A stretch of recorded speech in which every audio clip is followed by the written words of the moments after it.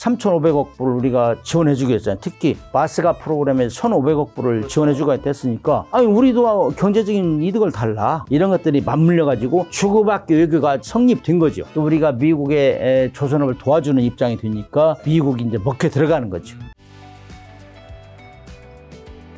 한국 기사 나왔던데 60조 잠수한 키맨 정의선 회장 하나와 수석 원팀 캐나다 뚫려 나왔던데 이거 어떤 좀 내용일까요? 캐나다 같은 경우는 부존 자원이 많다 이렇게 소문이 나 있잖아요. 특히 석유 같은 경우는 세계 4위 매장량, 천연가스도 한 9위 정도 이렇게 있는데 땅덩어리는 세계 2위 러시아 다음으로. 그런데 G7에는 들어있지만 그래도 막 크게 부강은 못하고 주로 미국에 얹혀있는 나라가 아니냐 이렇게 평가가 되고 있잖아요. 근데 아무튼 땅은 넓고 또 거기 수력 원자력 이런 게 풍부해요. 우리 같이 막 전기세 아껴라 이런 거 없어 거기는.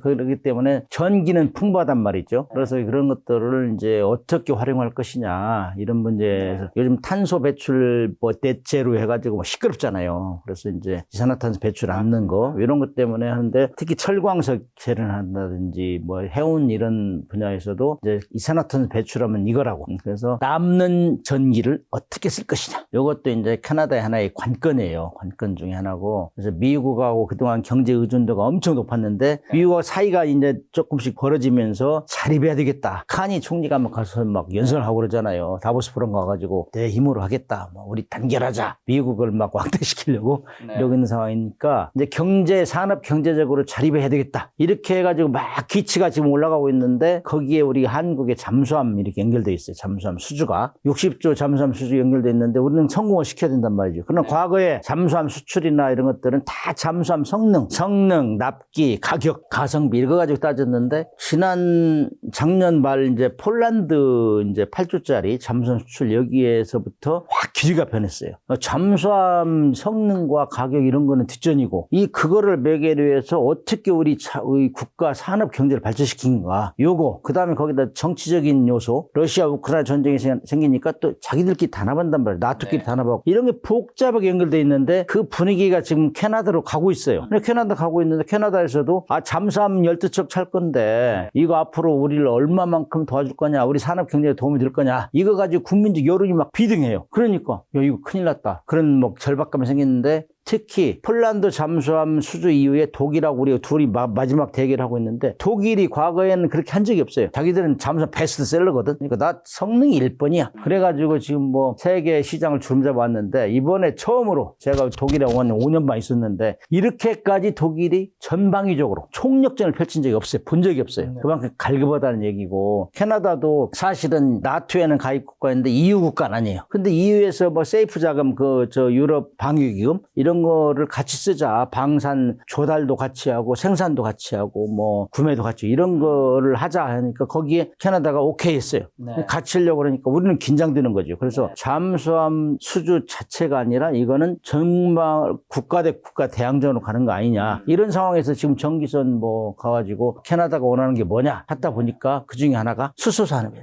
수소를 자기들이 이제 생산할 능력이 돼. 수소를 만들려면은 수소는 물에서 나오잖아. H2O. 그거는 전기 분해하면 수소가 나온단 말이야. 전기 분해한 값이 더 들어요. 근데 전기가 많아. 캐나다에는.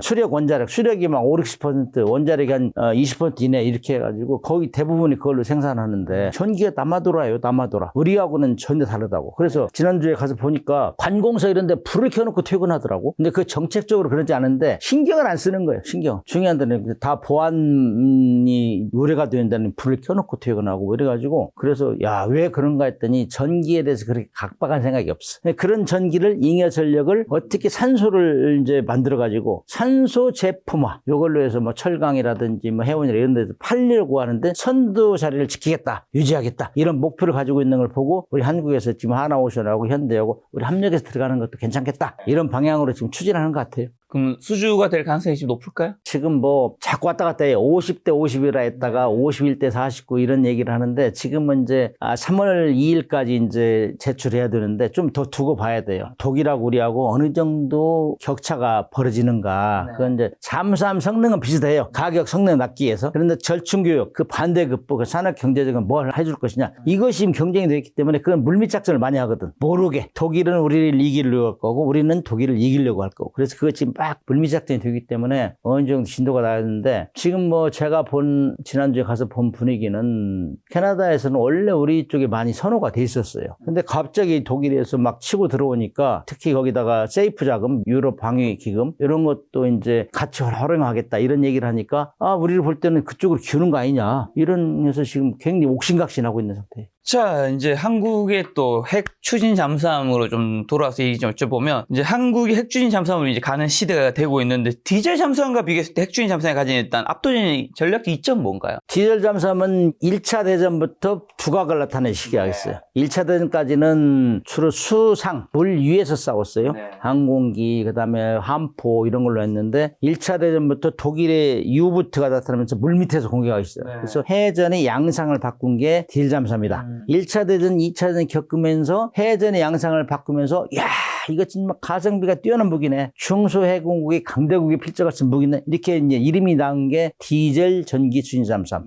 약칭으로 디젤 잠수함 그래요. 그래서 해전에서 명성을 떨치고 해전이 영웅으로 부상해서 2차 대전 말까지. 근데 2차 대전 말까지 이제 전쟁을 치르면서 2차 대전 말에 잠수함 승조원들 태평양 대서양에서 전사한 승조원들이 한 5만 명 정도 되는데 이 사람들이 이제 물 위에 안 올라가는 잠수함 만들어줬으면 좋겠다. 물 위에 올라가니까 잠수함 기술보다 잠수함 기술이 더 발달한 거예요. 항공기가 발달되고 그다음에 항공모함이 발달되고 그러니까 갈 데가 없는 거예요. 그때 당시까지는 물속에 있는 잠수함이 배터리를 충전해서 물속에서 들어가면 배터리를 가동을 해야 되는데 배터리는 충전 용량이 적어가지고 2시간 정도 쓰면 다 올라와야 돼. 그때 올라올 때 공격받아가지고 대서양 전투에서는 항공기에 의해서 격침된 잠수함이 56%였어. 그래서 이거 안 올라오는 잠수함 좀 만들어달라. 수중에서 고속으로 장기간 있는 잠수함 만들어달라. 애원하다시피 했는데 그거를 일본하고 독일이 계속 경쟁을 했어요. 경쟁하다가 뭐 과산화수소를 이용해서 만들고 그랬는데 막 폭발도 일어나 그거 만들다가 근데 결국에 성공 못하고 2차 대전 말이 끝났어요. 그리고 나서 1954년도에 그러니까 뭐 미국에서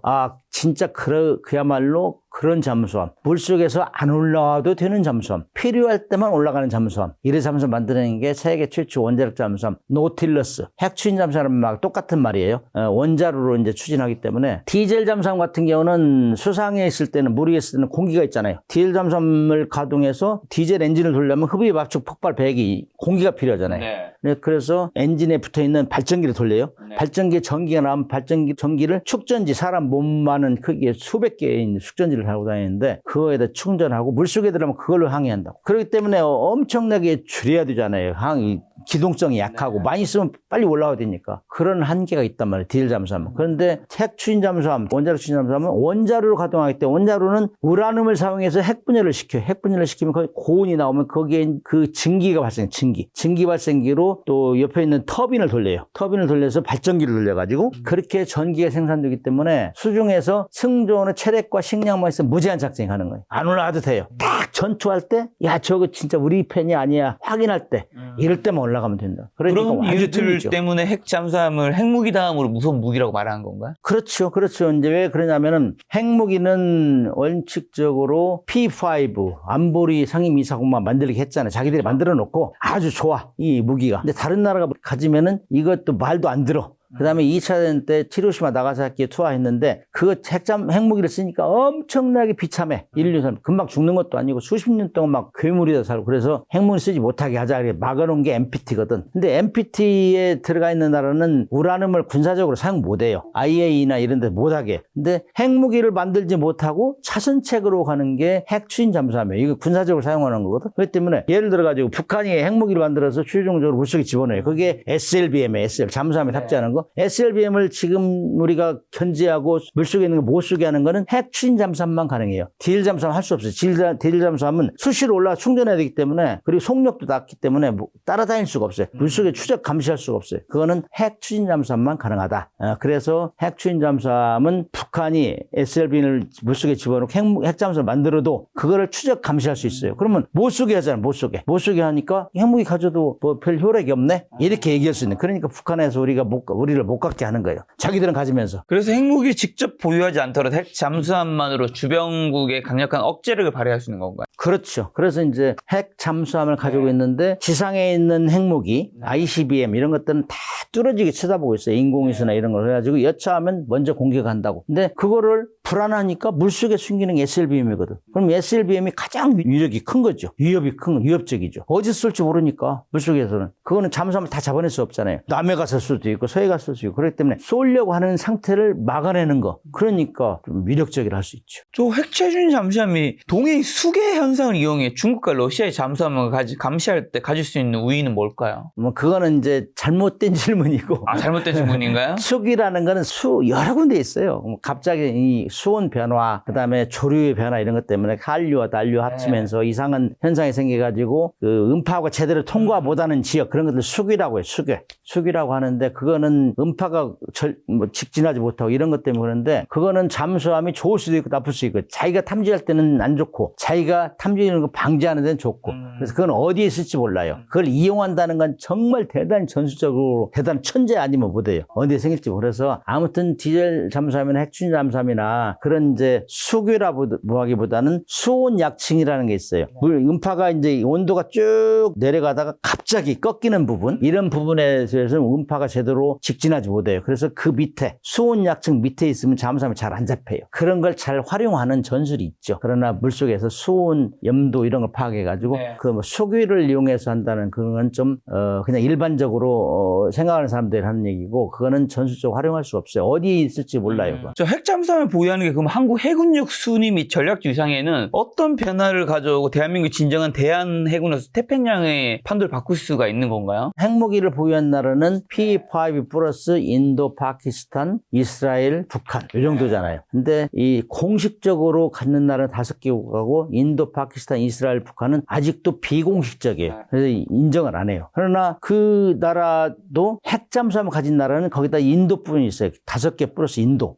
그만큼 갖기가 어려워요. 왜냐하면 핵잠수함을 갖는다고 해서 우라늄을 군사적으로 사용하는 척하면서 핵무기를 만들 수 있다. 그러니까 그거 의심받는 거예요. 그래서 미국이 주도하는 NPT/IAEA 이런 데서 강력히 통제한다고 군사적으로 사용 못하게. 그러나 우리 같은 경우는 이제 트럼프 대통령이 미국과 한국의 안보에서 공이 필요한 게 핵추진 잠수함이다 인정을 했잖아요. 그래서 군사적으로 사용하는 걸 곧 서류화할 거예요. 문서화하면은 우리는 5개국 플러스 첫 번째로 공식화하는 거지. 공식화. 군사적으로 사용하는 걸. 그럼 위상이 올라가는 거잖아. 우리를 인정해 주는 거예요. 핵무기를 만들지 않으면서도 그런 절대적인 무기를 갖는다는 걸 인정해 주는 거기 때문에 국가적 위상이 올라가는 것이고 북한이 핵무기를 만들고 수중에 집어넣어도 그거를 억제할 수 있고 우리가 또 그 핵무기 핵추진 잠수함을 이용해서 어디에 있을지 모르니까 디젤 잠수함은 수시로 올라와서 위치를 노출하기 때문에 대강을 파악할 수 있어요. 열심히 파악하면. 근데 핵추진 잠수함이 안 올라와도 되니까 일단 출항하면 어디에 있을지 모른다 이거죠. 그렇기 때문에 중국이나 일본에서도 위협적이죠. 한국에 핵추진 잠수함이 있을 데가 없어서 틀려. 이거 어디에서 나올지 몰라. 어디에서 나와서 도쿄를 공격할지 상하이를 공격할지 몰라. 이런 두려움이 있는 거죠. 그렇기 때문에 이 위상이 올라가고 위력적이다 이렇게 얘기할 수 있는 거죠. 그럼 트럼프가 한국의 핵추진 잠수함 비대칭 카드를 허용한 이유는 뭘까요? 그래서 이제 미국이라는 나라는 세계의 질서를 자들이 좌지우지한다. 그렇죠. 세계 경찰국이다. 이렇게 하면서 하는 것 가장 대표적인 게 핵무기예요. 핵무기를 가지고 통제하면서 못하게 하고 핵무기 우리 같이 남한은 핵무기 만들지 마. 내가 대신해 줄게. 핵 확장 억제. 이런 것들이잖아요. 그런 것들을 다 이제 주도적으로 하는데 미국이라는 나라는 그렇게 못하게 하면서도 자기들이 필요할 땐 해요. 인도를 왜 핵무기를 허용했느냐 하면 중국을 견제하기 위해서. 파키스탄 왜 허용했느냐? 파키스탄은 아프가니스탄 전쟁 때 그쪽으로 가서 군사 접근을 했어야 돼. 그래서 거기에 자기 필요하니까. 이스라엘은 사실 유대인들이 사실 미국을 거의 움직이고 있다 이런 얘기가 과언이 아니거든. 그것 때문에 그거 해주는 거고. 북한은 아무리 하려고 해도 반대 아직 인정을 안 하고 있잖아요. 그러나 실질적으로 북한은 거기다 만들었다 생각하고 있어요. 그러나 그 만들려고 할 때 폭격하겠다 이랬는데 우리가 반대 우리가 남한에서 못하게 했다고. 북한은 자기들이 핵폭탄 공격받으면 무조건 서울에서 쏜다 했거든. 그럼 전쟁이 확전되잖아요. 그런 건 이유 때문에 못했는데 그다음 나머지 국가는 다 포기했어요. 이란 이라크 이런 데는 리비아 이런 다 포기했다고. 미국이 반대하니까. 그러나 미국은 자기가 필요하면 했다. 좀 비겁하죠. 그런데 이번에 이제 북한이 SLB 만들어서 물속에 집어넣고 그다음에 중국하고 굉장히 경제 경쟁을 하잖아요. 패권 경쟁을 하고 있잖아요. 네. 그래서 그 중에 우리를 키우면은 자기 안보에 도움이 되겠다. 미국도 견제하고 중국도 견제하고 북한도 견제하는데 필요하다. 트럼프 대통령이 계속 방위비 줄이라는 국민적 압박을 받고 있어요.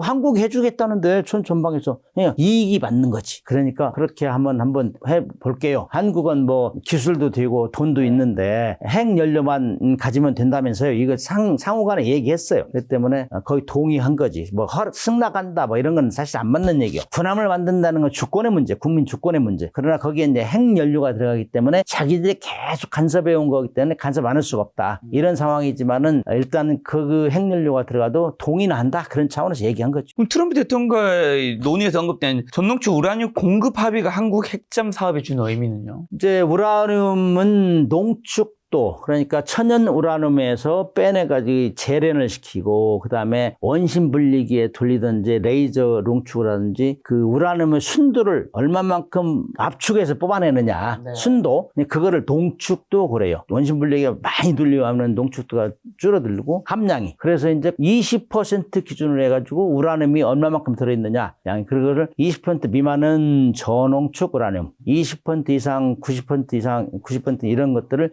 고농축 우라늄 그래요. 20% 미만은 주로 연구용 또는 발전소용으로 사용돼요. 그렇기 때문에 핵무기를 만들 수가 없어요. 핵무기를 만들려면 최소한 90% 이상 농축들을 가져야 돼요. 그래서 고농축 우라늄으로 뭘 한다 하면은 색안경 끼고 보는 거지. 핵무기 만들려고 하는구나. 그래서 뭐 IAEA나 NPT에서 압박을 하고 사찰을 하고 그래. 저농축 우라늄을 만들면 그래도 핵무기를 만들 수 없어. 그럼에도 불구하고 어느 순간에 기술은 비슷하니까 감시를 소홀히 하면 핵무기를 만들 것이다. 이렇게 해서 해요. 그러나 우리가 이제 얘기하는 거는 미국이 제일 주장하는 거는 핵 확산하지 마. 내가 그거를 책임지고 있어. 이게 미국이에요. 그래서 또 핵무기를 만들 거야 안 만들 거야 이것이 1번. 우리는 저농축 우라늄으로 오로지 군함의 수인체로 활용해서 북한의 SLBM을 막아내겠다. 주변국의 억제를 하겠다. 이런 걸 이미 확실히 얘기를 했어요. 그럴 때 너는 핵무기 안 만들겠지? 그러니까 그러면은 내가 누트를 개설해 줄게. 이게 이제 트럼프가 저농축 우라늄에서 한 거예요.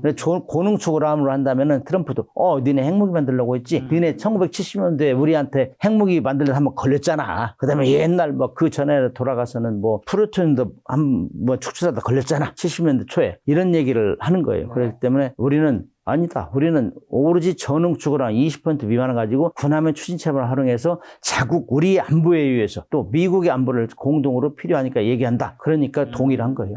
미국이 한국의 핵연료 재처리 및 우라늄 농축 권한을 허용한 게 일본과의 안보 균형에서 어떤 의미를 좀 가질까요? 원래 이제 핵무기가 만들어지기 이전까지는 그런 문제가 없었지만 핵무기 만들어져서 일본이 폭격당하고 그 폐해가 심화되고 많은 세계 전세계가 놀랐기 때문에 그냥 못 만들게 한 거예요. 그렇기 때문에 모두 우라늄만 생산하면은 핵무기 만드는 거 아니야? 이렇게 의심을 한다고. 그래서 막 규제를 만들어 가지고 우라늄을 군사적으로 사용 못하게 하는 거예요. 그런데 원칙적으로 그 못하게 할 이유가 없지. 왜 P5만 해? 자기 나라에 있으면 재련해서 쓰는 거지. 그러나 그 원자탄의 위력이 너무나 비참하기 때문에 선의에 의해서 자기들이 만들어놓은 규정이라. 그래서 다 따랐어요. 그래서 IAEA 평화적으로만 사용해라. 우라늄은 평화적으로만 군사적으로 사용하지 마라. 동의하냐? 그러면 IAEA 동의해? 그러면 NPT에 들어와. 그러면 핵 확산 금지에 들어와. 그러면은 IAEA에서 계속 사찰해 주는 거예요. NPT 들어있는 나라는. 그렇게 해서 우라늄을 평화적으로만 사용하게 해요. 그렇기 때문에 그 우라늄 만드는 것 자체가 엄청나게 제재가 심하다고. 혹시 핵무기 만들까 봐서. 근데 일본 같은 경우는 농축 및 재처리 시설이 있으면은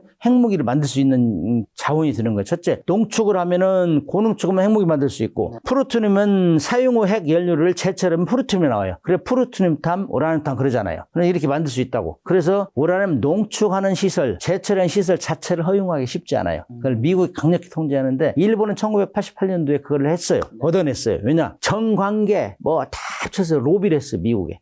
우리 필요하다. 경제적으로 필요하다. 우리 핵무기 안 만들어. 우리 핵으로 당했는데 뭘 핵무기 만들겠어. 우리는 핵무기를 안 만들 테니까 그거 해줘라. 그래야 농축은 해요. 일본은. 그렇기 때문에 농축 우라늄을 안 사와도 돼. 거기는. 재처리 문제도 자기들이 시설 가지고 있는데 재처리를 많이 하지는 않아요. 그래서 아무튼 일본이라는 나라는 그럼에도 불구하고 미국에서 20% 이상 농축하려면 허가를 받게 됐어요. 일본도. 네. 그런데 일본은 그렇게 허락을 했는데 왜 한국은 허락 안 하느냐. 한국은 1970년대에 자주국방을 외치면서 박정희 대통령이 핵무기를 만들려다가 한번 들통났어요. 그래서 의신국가로 봐. 그러나 지금은 2018, 19년 우리가 막 싱가포르 회담, 하노이 하면서 북한의 비핵화를 억제하는데 비핵화 뭐 하겠다 해가지고 막 우리가 주도적으로 했잖아요. 그러니까 우리를 이제 인정하는 거야. 미국에서도 한국은 핵무기 안 만들 거야. 이렇게 인정을 하니까 이제 요즘에 들어서는 한국에도 농축미 채취에서 허용해도 되겠네. 그러나 IAEA에서 충분히 검토를 하고 감시를 할 수 있는 시스템을 만들어야지. 이렇게 분위기가 변한 거예요. 그리고 미국이라는 나라가 뭐 절대적으로 그거 할 이유는 없어요. 그러나 이제 그 인류를 위해서 그런데 선의를 얘기했기 때문에 따른 것이지. 그리고 우리가 막 3,500억 불을 우리가 지원해주고 했잖아요. 특히 마스가 프로그램에서 1,500억 불을 지원해주고 했으니까 아니 우리도 경제적인 이득을 달라.